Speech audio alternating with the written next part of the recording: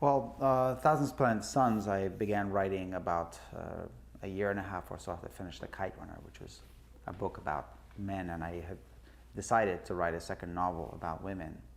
And it's a novel about friendship between two women who come from very different backgrounds. One, the older woman, Mariam, is a illiterate villager with very modest aspirations about life.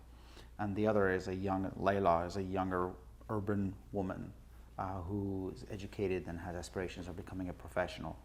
And things in Afghanistan unravel, their lives collide, and they end up in the same household, married to the same man. And the book really is about their alliance and their friendship and their evolving relationship with the backdrop of the violence and the political turmoil in Afghanistan. Probably no other group in Afghanistan has suffered as much as women, particularly in the last 15, 16, 17 years, especially after the withdrawal of the Soviets. Women experienced the turmoil in Afghanistan like everyone else, in the sense that they were the targets of indiscriminate shelling by warlord factions and so on. But they were also exposed and exploited and abused. And there was gender-based abuse. They were sold into prostitution rings. They were forcibly taken as brides. They were raped. In fact, rape was a particularly heinous crime that was used as a way of intimidating people and as spoils of war. So it was really tragic. And the thing is, I grew up in Kabul in the 70s around very enlightened, educated, smart women. And I remember an entire culture of women who were doctors and lawyers who worked for the government.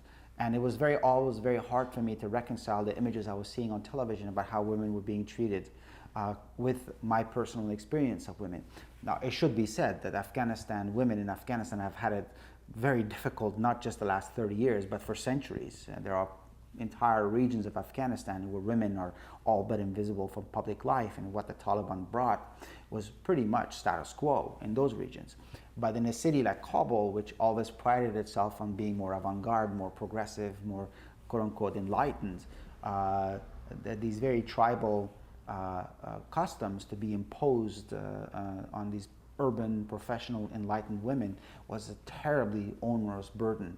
And so for this character, Layla, who is kind of this very typical urban Kabuli professional young woman who wants to go to university, who wants to maybe become a doctor, a lawyer, a professor, for her to be told that you have to stay in house and you have to cover when you go outside, and you can't laugh in public, and you can't wear makeup, and you can't wear high heels, and you must. This was a living hell for her.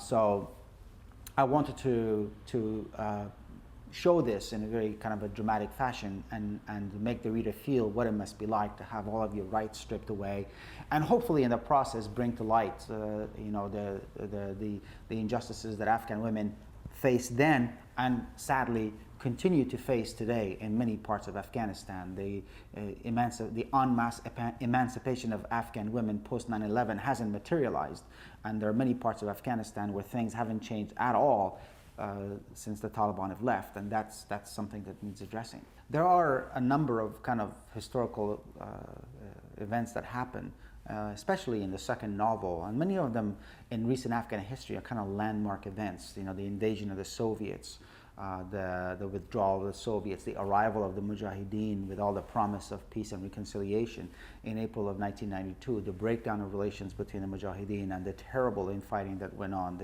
the arrival of the Taliban, the distribution of all the new laws that the Taliban were imposing, the destruction of the Buddhas.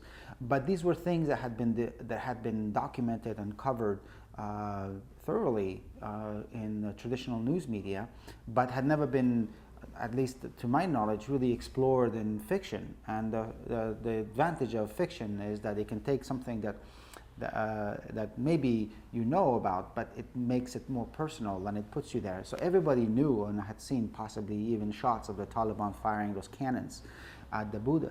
But because you were there with Layla and her father in the novel, and you stood atop the head of the Buddha, and you're looking down on Bamyan Valley, and you feel the exhilaration of being in this ancient place, and being overwhelmed by the beauty of it, and the history and the tradition of it, for that to be destroyed, suddenly there's that moment where your heart sinks, and he said, I can't believe they did that. And so there's an emotional component aspect that suddenly is introduced into what otherwise is just a news story. So I hope that there are more moments like that in the novel, and that things that people have read about, heard about, and in some way feel neutral about, suddenly has some kind of emotional resonance for readers.